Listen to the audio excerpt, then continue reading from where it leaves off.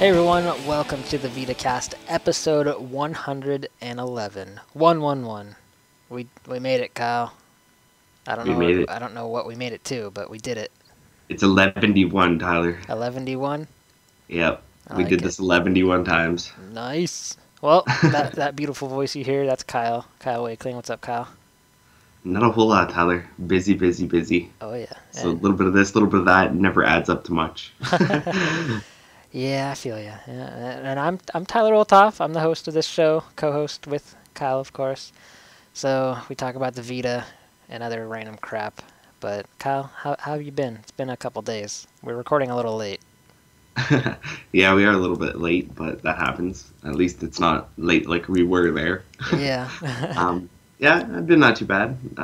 Just lots going on. There's been a lot of posting by me on the site this month. I know it's only a 29-day month, I think, but I'm at 50 something posts already. So Jeez. crazy shit. And yeah, we hit 400 reviews as a site, 400 Vita native reviews. So lots of stuff going on, lots of mile markers getting hit, lots of little things. Very nice. Very nice. Yeah. What about you? Uh, Basically just a lot of work and not much time to play much other than Trails, which is a spoiler for, I guess, what I've been playing. So that's about it. I did go see, cause blah blah blah blah blah. What was it? That holiday, Valentine's Day. That's the holiday. Valentine's Day was the last weekend, and the girlfriend and I went to this really, really, really, really fucking expensive restaurant in downtown Seattle. Whew, it was expensive. We both got Like $30 for a glass of water or what? okay, it wasn't that crazy, but we both got filet mignon steaks, and we both drank a little bit, and they tried to get us to have dessert, but after I was looking at all the prices, I laughed and was like, nope. And at the end of it, I spent about $120 for dinner. So, Damn, dude. and that doesn't count parking to park in Seattle, which is ridiculous. And just, oh man. But it was worth it. It was a really good steak, and it was right next to the water, so it was a nice view. Next to the giant It smelled Ferris like wheel. fish, right, Tyler? Pretty much. Well, I mean, the place we went to, it's like a really famous fish, like seafood restaurant, but we didn't even eat seafood. So, yeah, it was really good though. And then after that, we went and saw Deadpool. So that was pretty cool. Yeah, I'm looking forward to that one. I haven't got there yet. I actually wasn't really looking forward to it. I saw the trailers and I was like, you know what? I just really don't care. I have no interest in this. But the girlfriend was like, I want to see it. It looks so awesome. We have to go see it. So I was like, okay, all right. But then I really liked it. So it probably helped that my expectations were really low in the first place. But I actually was really impressed and enjoyed it a lot. So, anyways, we're a Vita cast. Let's talk about the Vita, Kyle. What did you play? Well, Tyler, it's a very short list this week. Oh boy. I've been trying to crush through that Digimon, so that's all I've been playing. Yeah? Yeah, I'm at 56 or so hours now, as of this podcast, and I'm just going for the end there. Very nice.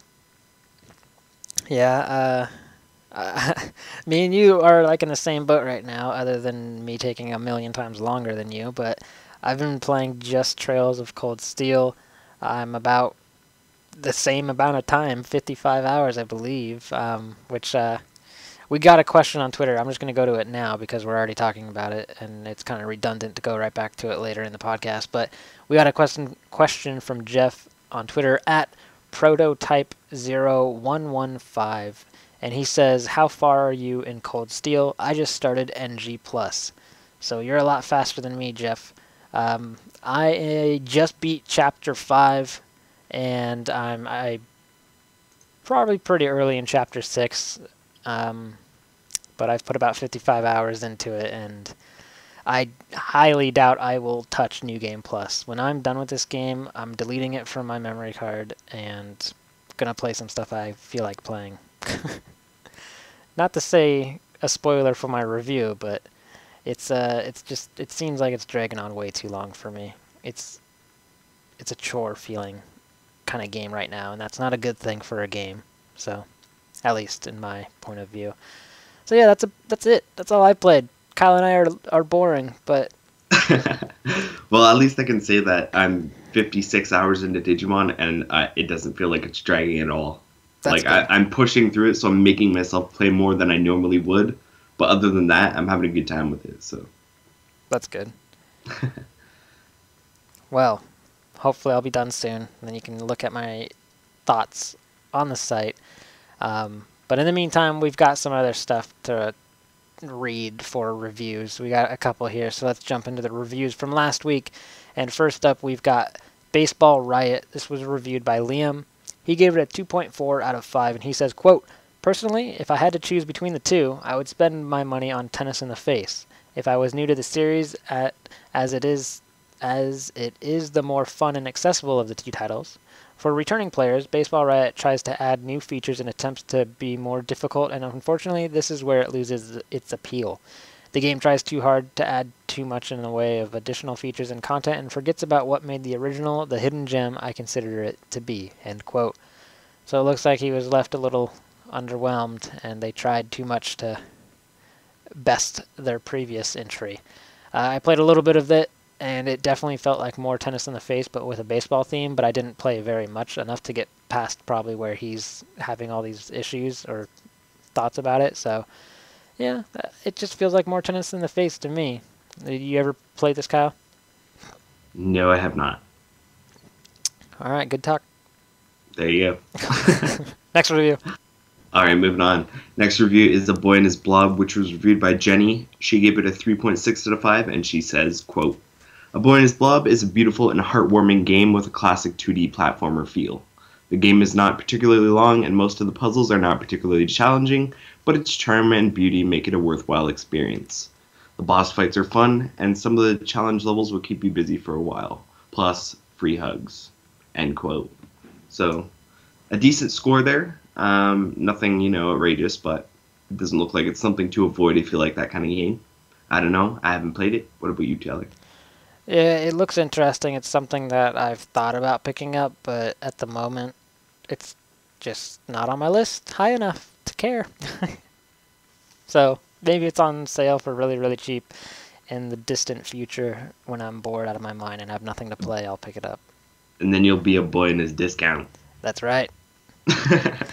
All right, next up we've got We Are Doomed. This was reviewed by Charlie. He gave it a 2.1 out of 5, and he says, quote, "We Are Doomed is a great-looking twin-stick shooter that is unfortunately lacking in all other areas.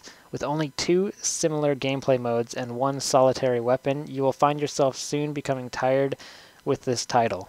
It begs the question, did Vertex Pop name the game based on how it could affect their reputation? Either way, after half an hour with We Are Doomed, I found myself thinking, I am bored." End quote. So, not too favorable there from Charlie. So if you're a fan of this twin-stick shooter, there's definitely better games out there to jump into if you are looking for them, it sounds like. So, I don't think, Kyle, you're really the biggest fan of twin-stick shooters, are you?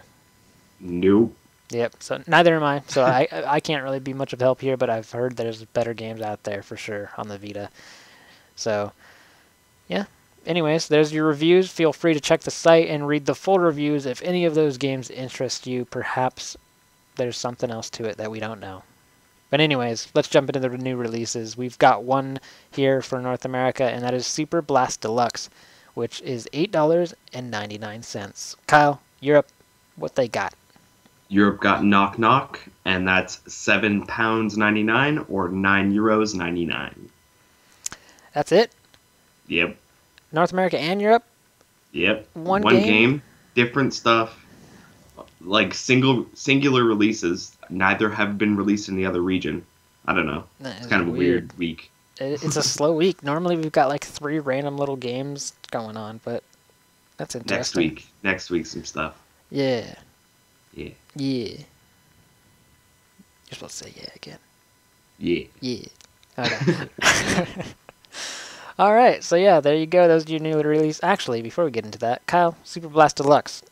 How is it? Did you get it? Of course you got it, right? I did not. No, I have no idea. Oh. I've heard good things, but I've also heard a couple of bad things. But I don't know if it was like just like kind of a random one-off, or if they were dumb, or like I don't know. It was just some random quotes off of Twitter that were, this game is kind of shit because of this or that or the other thing. But at the same time, I'm hearing good things. So I don't know. Somebody we trust has to pick it up and play it, and then we'll find out. Yeah. All right. Well, I guess we'll wait and find out. And I have no idea what Knock Knock is. Yeah, and if you say who's there, I'm going to hate. I should have. Gosh, that was my chance. I'm a failure. Oh, well. We already knew that.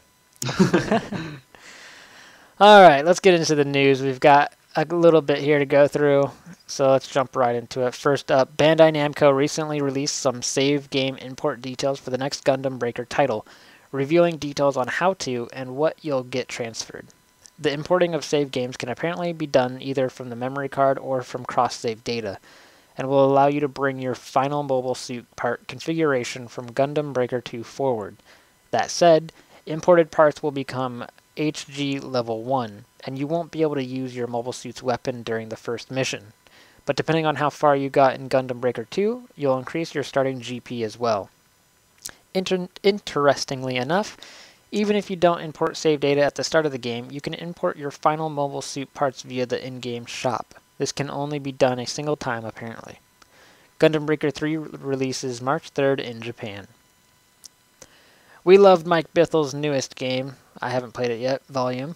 But one of the few disappointing things about it, aside from that clusterfuck of a launch, was the lack of cross-save. That's now not an issue, as the official Twitter account announced that a new patch is available now.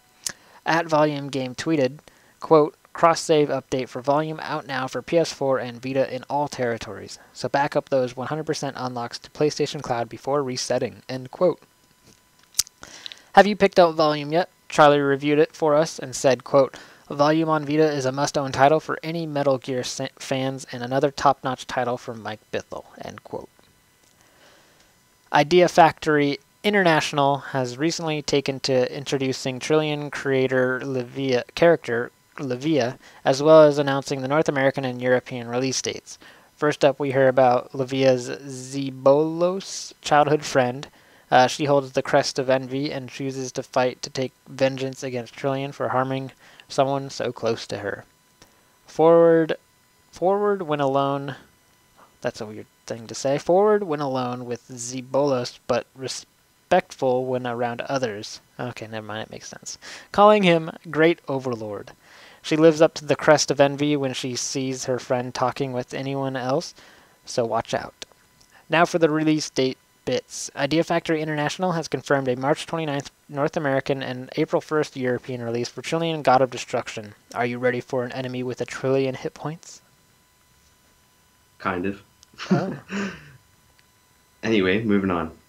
Nipponichi has released their early Japanese demo for Hero Must Die, and I took it for a test run, nabbing us some screenshots along the way, viewable on the site. Hero Must Die will have you playing as the titular hero who has been sent back to the land of the living after losing to the evil Demon King. With 5 days to live, it's time to get yourself together so that you can take him on once more. The 796 megabyte demo isn't as English friendly as some of the other demos and games have been lately. However, it is playable enough by the trial and error style player, or by those with some Japanese knowledge under their belt, unlike my piss poor comprehension and speaking right now. As such, I tended to skip the text and just tried to get the feel for the actual gameplay, which seemed a bit simple, but enjoyable nonetheless. Hero Must Die is out February 25th in Japan, but as you can see, the demo is very much available now.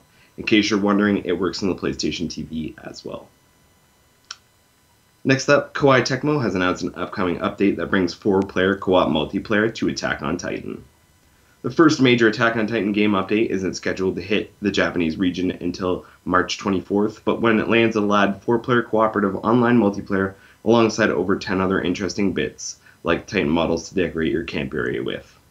Full update details haven't been revealed, but the 4-player online co-op is more than enough, so whatever else they add in is just icing. Attack on Titan released February 18th in Japan and will release sometime later in 2016 in the West. Here's to hoping the update is included in the base Western release. And the latest issue of Weekly Jump magazine has revealed 11 character confirmations for Dragon Quest Heroes 2. The Square Enix published and Koei Tecmo Omega Force developed Dragon Quest Heroes 2 has received 11 character confirmations, with 5 returning characters announced alongside 6 new ones. Returning characters include Alina from Dragon Quest IV, Kirill from Dragon Quest IV, Maya from Dragon Quest IV, Terry from Dragon Quest VI, and Jessica from Dragon Quest VII. New characters included will be Minea from Dragon Quest IV, Tornico from Dragon Quest IV, Carver from Dragon Quest VI, Gabba from Dragon Quest VII, Maribel from Dragon Quest VII, and Angelo from Dragon Quest VIII. Dragon Quest Heroes 2 is due in Japan on May 27th.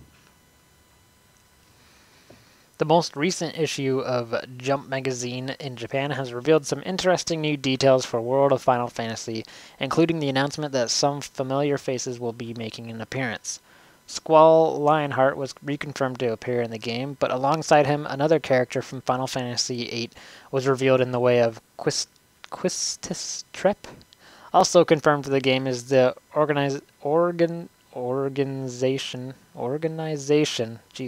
of Seed, whose headquarters will appear in the game, although no further details on that were revealed.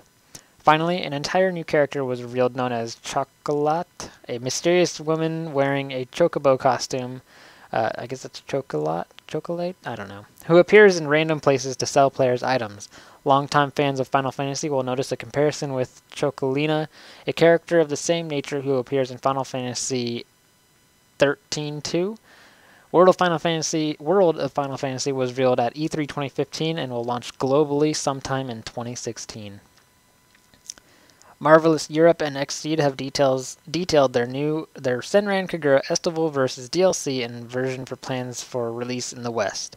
Marvelous Europe and their North American brethren at Xseed Games have announced that they'll be bringing over all the paid downloadable content from the Japanese version of the game, aside from the 3 Ikki Tosen characters Sansoku, Kanyu, and Yofu, which won't make the jump due to licensing issues, so Kyle is going to be broke again. As for the versions of the game we'll be getting on release, Estival Versus has been revealed to ship with version 1.06 of the Japanese release due to cartridge limitations. Getting a day 1 patch to version 1.17 after the day 1 patch, you'll have the new multiplayer match types Rin and Doji as playable characters and all the other little tweaks the game picked up along the way, balancing menu options, etc. Xseed even teased the possibility that more updates might be released down the line, adding more free stuff and changes when they do. Senran Kagura Estival Versus is due out by the end of March in both North America and Europe, with Xseed noting that they're targeting a mid-March release on their end. Bandai Namco Entertainment Japan has announced the addition of an original Digimon that appears in Digimon Adventure Tri. Not long after its mid-March release, Digimon World Next Order is set to get some free Digimon DLC with the Mikumon Unlock mission set to hit the Japanese PlayStation Store before the end of the month. By downloading the DLC, it'll open up a mission that'll grant you the ability to digivolve into Mikumon upon completion. Digimon World Next Order is due out on March 17th in Japan. Alright, moving on. Previously brought you news that 2D action RPG Dex is heading to the PlayStation Vita at some point in 2016. Now developer Dreadlocks has narrowed this down slightly to Q1 2016. In Dex, players take on the role of Dex, an AI that is searching the singularity, an event which artificial intelligence will surpass that of humans. Dex is free to seek this goal however the player likes, becoming a hacker, a stealth assassin, a gunfighter, or a brawler in the game's open world. Square Enix has revealed the release date for Hitman Go, and it's so close you don't even need a sniper rifle.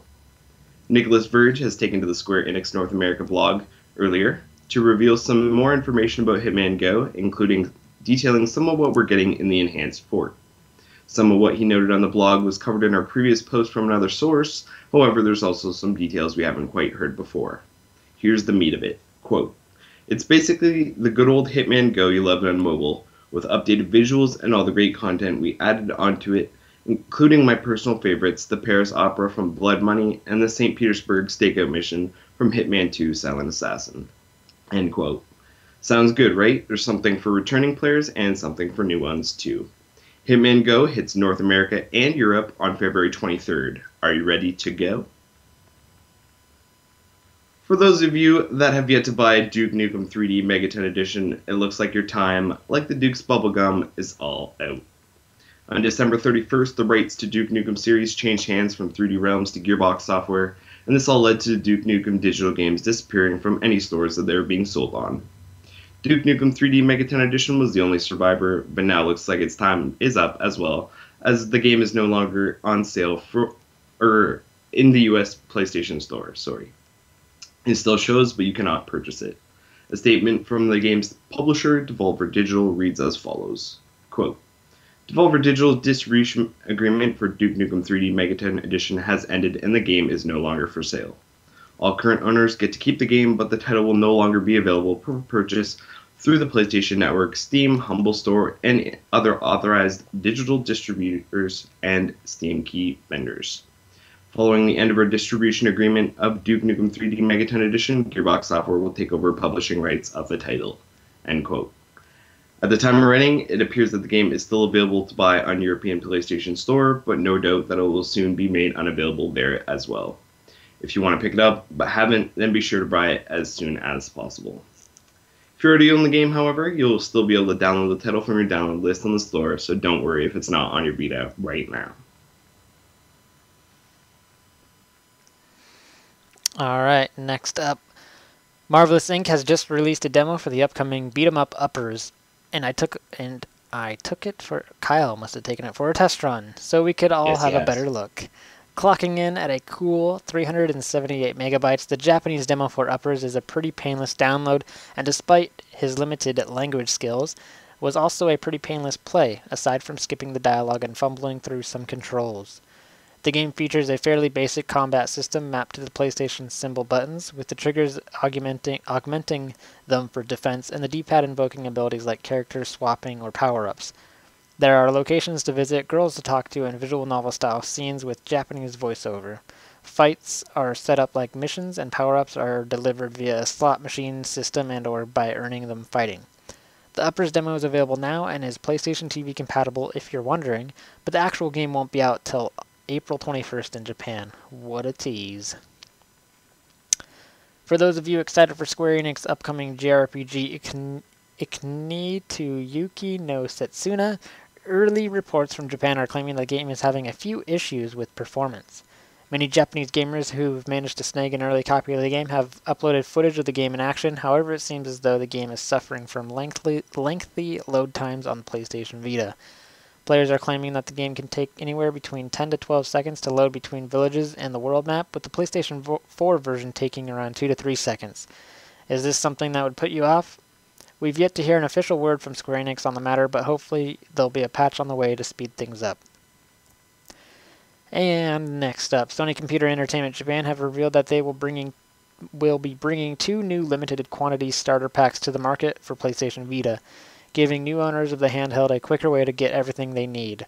The bundle, which will launch on March 3rd, will cost 19,980 yen, which is roughly $175 US, and will come bundled with the following: a PlayStation Vita Wi-Fi model, a 16GB memory card, USB cable, AC adapter, power cord, and the manual. The bundle will also be available in 2 colors, Glacier White and also Aqua Blue, which was recently released in North America. Alright then. That sucks that we're not getting that bundle, but moving on to the home stretch. Telltale Games' most recent series are still set to come to Vita. After Telltale posted a trailer for its latest game on the PlayStation blog, The Walking Dead Michonne, one commenter asked in the comments whether Tales from the Borderlands, Game of Thrones, or Minecraft Story Mode were cancelled. Job Stauffer, Telltale's head of creative communications, replied with the following, quote, "Don't worry, we're big fans of Vita, and we still have plans to bring our titles over to the platform. We thank you for your patience, but hang tight. We're hoping to have an update soon." End quote. Borderlands and Game of Thrones have already concluded, but Minecraft Story Mode is in its 4th episode as of December 2015. For more news on when these series launch on Vita, stay tuned. And the last bit of news. Bandai Namco has released their free-to-play World Trigger title on the Japanese PSN, and we have the details. Clocking in at a paltry 45.1 megabytes, I've got PS4 saves that are bigger than that. This tiny title sees players defending a home base from invading enemies. The catch, it's both online and touch only. Offline players and PlayStation TV owners. You can download the game via the link on the site or by the Japanese PSN, and you can read about the original reveal on the site as well. Downloading before March 31st, however, will net you a free Vita theme, as well as access to Yuma Kuga past version, which is, I assume, a character. Are you in? And that's it.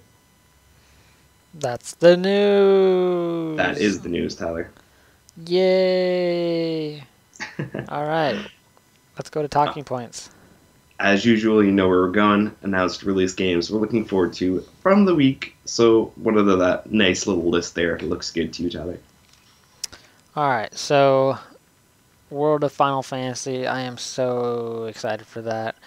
I've been waiting for that for a while now. So getting new information about that is always awesome. Cannot wait. Also, Attack on Titan. I am so tempted to make a Japanese account and buy a card and download that game just to play it. But I know I would be lost and it would be a waste of money because it's coming here. So I just need to be patient. I need to suffer like everyone else and just wait. But it's so difficult. Stop me, Kyle. Stop me. Fine, don't stop me. Whatever, fuck you. I thought it was a rhetorical stop me. I didn't know you wanted me to actually stop you, and I don't know how I would actually be able to stop you from here. I don't know either, but I just wanted you to say something to make me remember that I should not do it. But apparently you just don't care. Calm down, Tyler. How about that one? Thank you, Kyle, for stopping me. You are the bestest friend ever. Somebody's a sarcastic jerk. Anyways, also hearing that Telltale's games are still coming is exciting. I loved the Walking Dead games, and The Wolf Among Us was good. So I'm looking forward to finally playing some of the other games that have been coming out lately, because the Vita's my main bitch. So that's where I gotta play them. So I've been waiting patiently, like everyone else. So I can't wait for that. So also Senran Estival Versus. I still need to play Shinobi Versus, but I'll probably end up picking up this one just to have it. So when I do get to it, I can play it. So, yeah. Play the boobies, Tyler. Play the boobies. Always. Yeah. Anyways, what about you, Kyle? All right. So we've got here Estival Versus. We mentioned the DLC plans and version details. I'm super excited for all that stuff. You know me, as with the last one, I'll probably be getting all of it. So, yeah. Also hoping we get a Digimon World Next Order announcement for over here. Especially how great, I guess, Digimon Story Cyber Sleuth is doing. I hear it's doing really well. I don't have numbers, but there you go. Also, what else we got here? Uppers demo. That was actually pretty cool to play. I probably should have mentioned that in what I was playing this week, but I didn't even think of it. I actually played the Uppers demo and the Hero Must Die demo this week, and they're both pretty decent. Uppers was very basic, and you only get 2 characters to kind of mess with. And Hero Must Die, I was fumbling through all the text bullshit, so I didn't really get too much of what was going on, but I got into some battles and kicked some ass, so that was cool. Also, I fought against the Demon King right away without leveling up or anything, and I almost beat him. So I don't know how that happened, but it happened. So there we go. Interesting. Yeah. So that was interesting, and I'd like to see it come over for sure. Yeah, the Telltale series, I'm interested to see maybe them bring some stuff over, but at the same time, I already played Game of Thrones on PS4, and it was awesome, but I don't know if I'd play it again on Vita. I was pretty bad, and I got a lot of people killed, so I don't know if I'd want to go through doing that again. Yeah. But we'll see. You never know. And Attack on Titan, of course, that. And I'm excited that the 4-player co-op is going in now, because maybe that means that it'll come over in the launch version over here, or day 1 update or something like that, because 4-player co-op is cool. Yeah, I think that's it. All right. So there we go. Sounds good. Indeed. So let's move on to our next little bit here, and it's actually a little bit of a read, and because I'm nice and you read a little bit more news than me, I'll read this. And basically what it is Marcus Estrada, a poster on Clickist, has taken a look at Sky Project's PlayStation Vita promises and their follow-through or lack thereof. So he kind of did a little write-up and then summarizing kind of what happened, and then I summarized his summarization. So here we go. World End Economica. The first of their Kickstarter titles in June 2014 and the first to be offered a Vita port, World End Economica was announced to come to Vita via PlayStation Mobile if the $100,000 stretch goal was hit. They offered a Vita tier on their Kickstarter set at $30, and upon success of their Kickstarter, it was assumed that work would be done porting it to Unity. A December 2014 update seemed to confirm this. However, an update the following June that was exclusive to backers also seemed to imply that they were just about to start port. It was also announced that they would be releasing the trilogy as a single package. In November of last year, they announced that they were waiting for the Grisaya trilogy to be approved before submitting another title, and an update earlier this month addressed the Vita version once more, saying they'd start working on a console port after their new localization team gets a look at Episode 1 and Episode 2.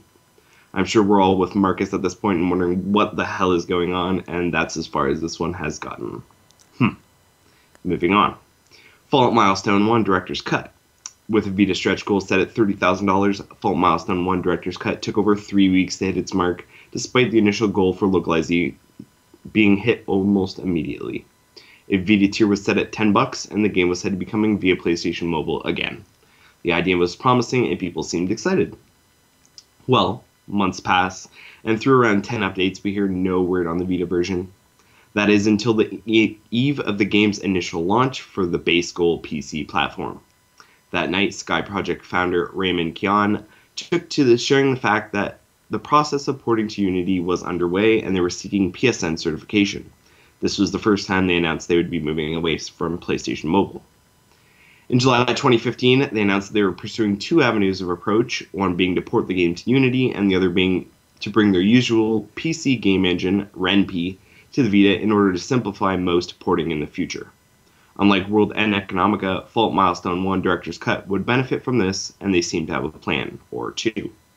October brought news that they were having a hard time getting games approved, and in November brought recap of previous events, noting that Grisaya came first in pecking order, and that had to be proved before they could address other Vita titles. They also noted that they were still in the research stages for bringing Ren'Py to the platform, which is read as they hadn't even started porting yet. An update earlier this month promised some news about PS Vita soon, but at this point it's getting a bit late in the game. Hopefully soon isn't just PR speak for we're looking into it.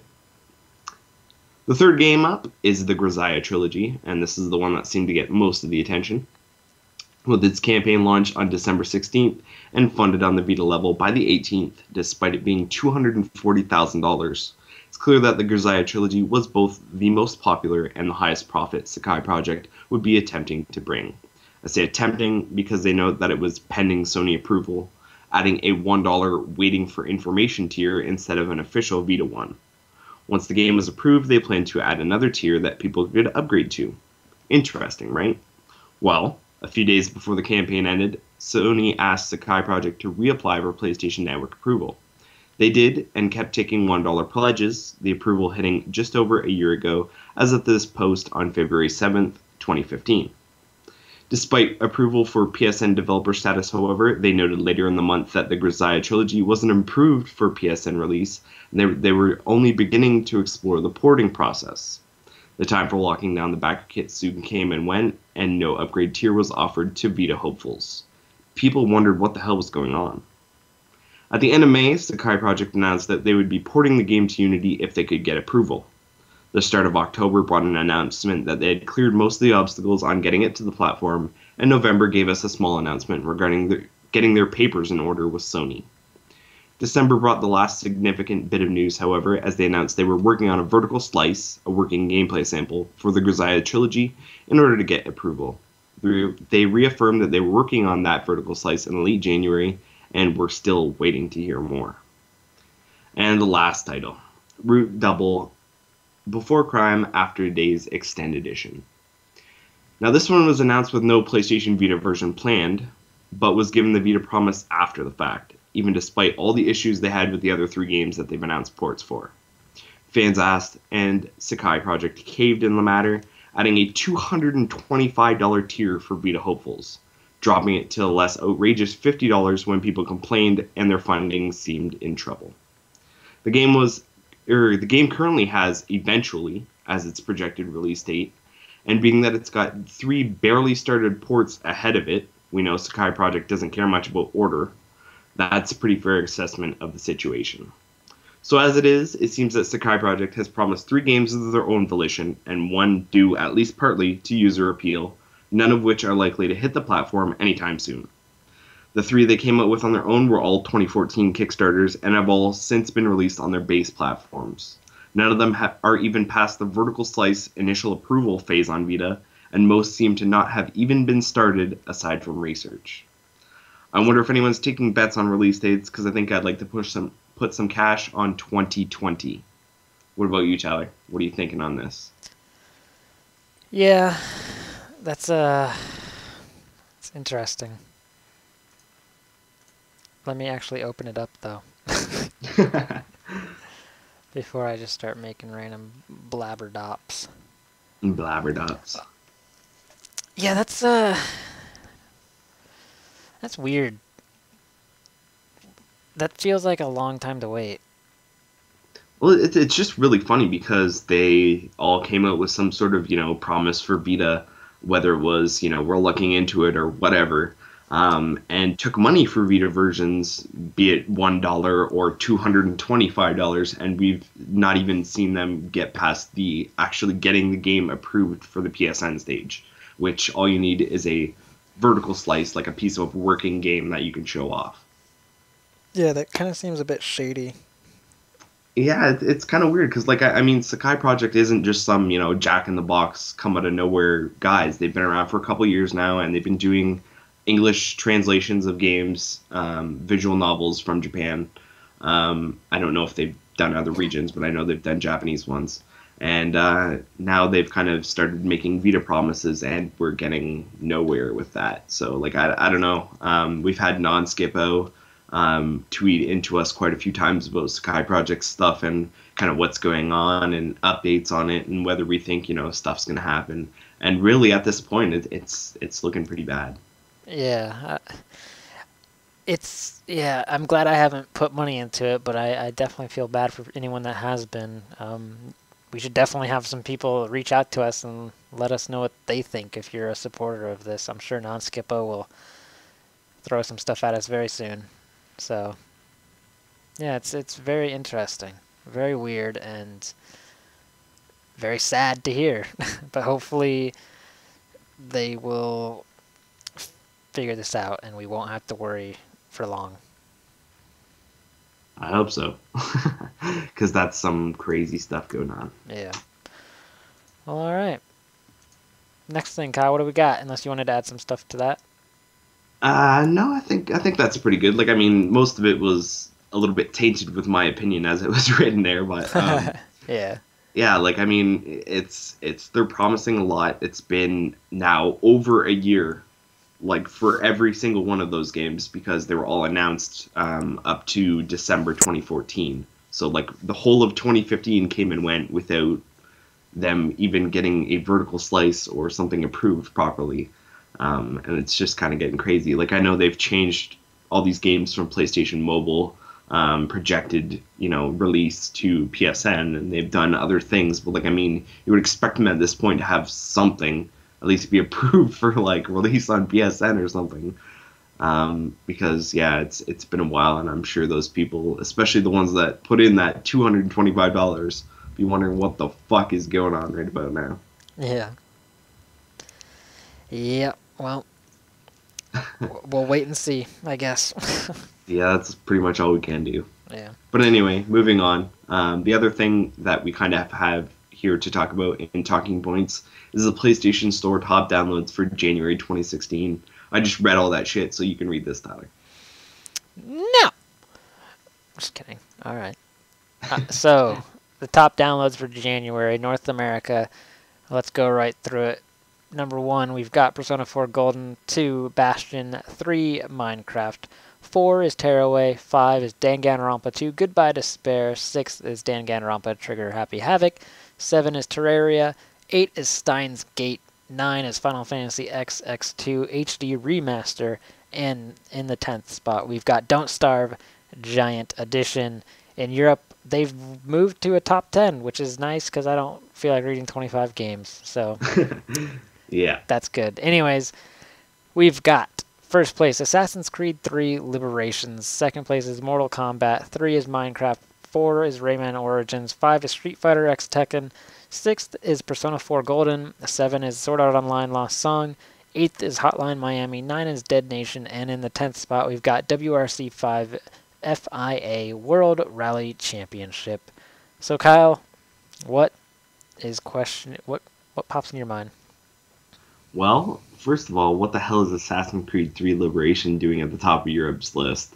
I assume they had a sale, because otherwise, as you know, much as I like Assassin's Creed, that one isn't one that people should be buying like that. Also, Street Fighter X Tekken. I don't know what the hell's going on with that either, but that's weird, kind of weird to see that on the list. I know it was on the list last time, number 9. Like, I don't know what's up with that. People thinking it's like gonna go out of style or something. I don't know. It's odd.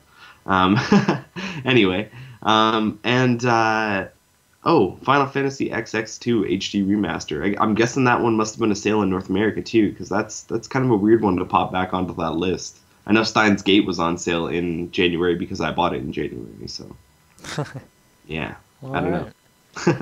Odd stuff. Yeah. But nothing crazy this month. No PSP titles in that top 10.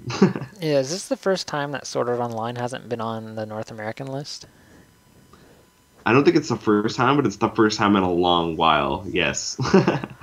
It's usually right up there, or straddled in that bottom. It's rarely even in the last couple spots, and to not see it on the list at all is kind of weird. I feel like it's gonna come back in February because it was on sale for like $8 or something like that. Oh, it'll be back. Don't worry. Can't put Sword Art Online down for long. It's got a mind of its own. Yeah. All right. There we go for that. So, is it time for listener mail, Kyle? I think it is, Tyler. Let's jump into that then. So we've got one here, and it's an email, so let's jump right into it. Hello! Just wanted to say keep up the great work, and thank you all for the great job editing my Summon Night 5 feature for the Vita Lounge site. I have a few questions to ask, so hope you have the time to answer them. Question number 1. If you could revisit any video game series you played before or want to give a second chance, what will it be? Currently doing a retrospective on the Sonic series, and I'm having a blast doing so. Kyle, what would you like to revisit? What series? Oh, man. I don't know. I tend to revisit the series that I really want to revisit on my own over and over again. So I've played through Dead Space a couple times. I've played through the Skate series a couple times. Resident Evil a couple times. I don't know.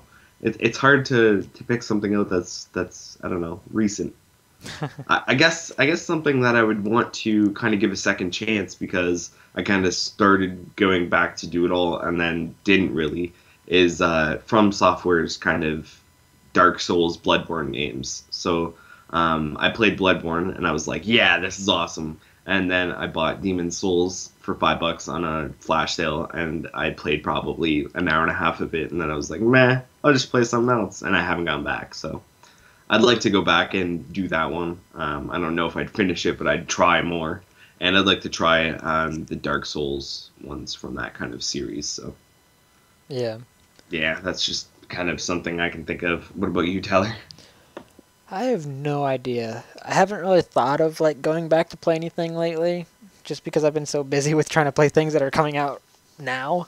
But if I had the chance, I think I'd jump back into some maybe Super Mario, because those are some fun games, and I have not played Super Mario World in so long, but I always have that random urge to just play through the entire game again. It's been years since I've done that, but I don't know. It Oh always man, pops I up. do it at least once a year. Yeah, I You mean, gotta. I do that with like The Legend of Zelda, Ocarina of Time. Like that's one of my all-time favorite games ever. Like that's really probably what got me into gaming was that game because oh my god, I've beaten that game so many times that it's ridiculous. I lost count, but that's definitely one of my favorite games. But probably Super Mario. So yeah.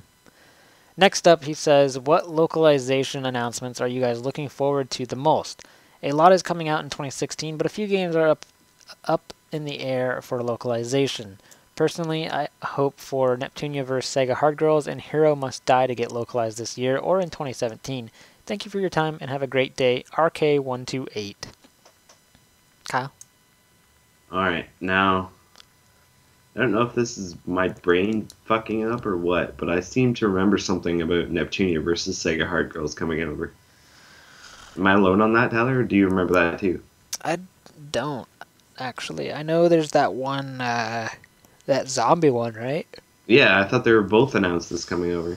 Maybe. Maybe I'm wrong. Maybe I'm wrong. If it's not, then yeah, that would be an obvious choice. And Hero Must Die seemed pretty good in the battles, although I don't know how it would be like going farther into the game. It might get boring if it's the same shit over and over again. Yeah. We'll see. Yeah. But yeah, it's definitely interesting, and I had a decent time with the demo. And if you want to like fire up the Japanese demo and screw around, you get like the whole time of a lifespan to play through. So that's kind of cool. But for me, something to get localized. I'd love them to localize Tokyo Xanadu. That's pretty friggin' awesome. I played the demo of that, and it was easily one of the best, demos I've played in a long time. And I don't want to jinx it because now that I have it, but Valkyrie Drive Bikuni just kind of landed on my doorstep today, and I would love for that to get localized, but I doubt it. And if it did, then I'd have a Japanese game that would not be worthless, but you know what I mean? It'd be like, oh. Yeah. Yeah, so I don't know. We'll see. Yeah, for what me, about you? I'm so glad that God Eater is coming because that would have been it, but obviously it is coming. But what is that game? Dragon Quest Builders. I really want them to localize that. Looking really closely at the development of that and what it's all about, and it looks like so much fun. So I definitely want that one to come over. But yeah, other than that, oh well, there's also the one you mentioned that I totally forgot the name of.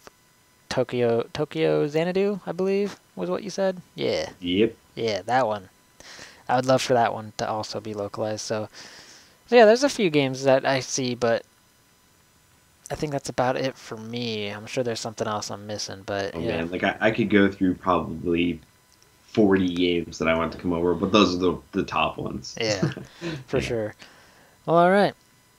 There we go. Thank you, RK128, for your question.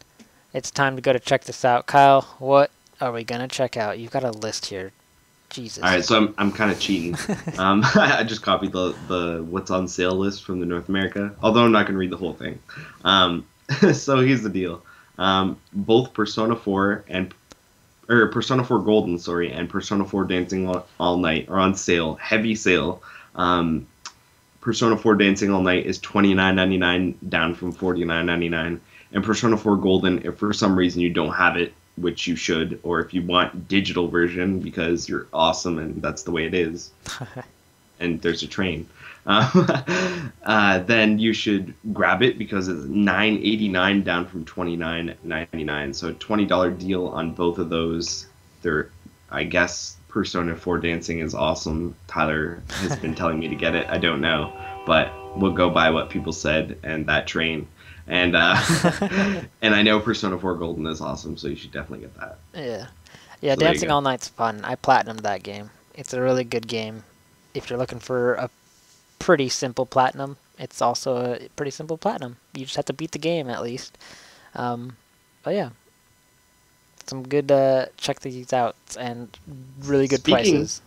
Speaking of easy platinums, I don't know exactly how easy it is, but just a warning to anybody who's out there and looking for a game soon. Hitman Go. Charlie got it last night, and he had a platinum by 4 o'clock in the morning this morning for my time.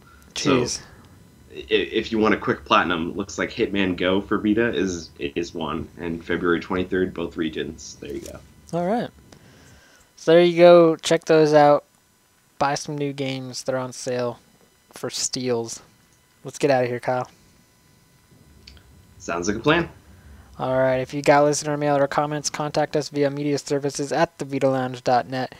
You can find everything we talked about today at thevitalounge.net, including any mentioned news, reviews, featured articles, and store updates. We also have a community forum and a magazine. The magazine is available both digitally and in physical copy. You can support the site and get physical copies of the magazine via patreon.com/thevitalounge. Follow us on Twitter at thevitalounge. I'm at Mr. PSVITA Reviews. Kyle is at Teflon Tactics. You can also find us on Facebook. Just search the Vita Lounge. And we just hit 10,000 followers on the Vita Lounge's Twitter, so congratulations to that, and more to come. Woo woo! Whoop, whoop. Also, we're on YouTube, youtube.com/loungeplay, now with more videos. Kyle's posting stuff all the time, so feel free to subscribe to that. Check out what's being posted. This podcast is also available on iTunes, Podbean, Stitcher, YouTube, and via direct download on this site, so subscribe to us on those platforms, rate us, let us know how we're doing. And that is it for episode 11-1. 111. 11-1? What was it? 11-1? Yeah, it's 11-1, Tyler. There we go. 111. Because we're number one. Oh, yeah. We can never do another one now, Kyle. It'll be 111 version 2, Tyler. Okay, alright.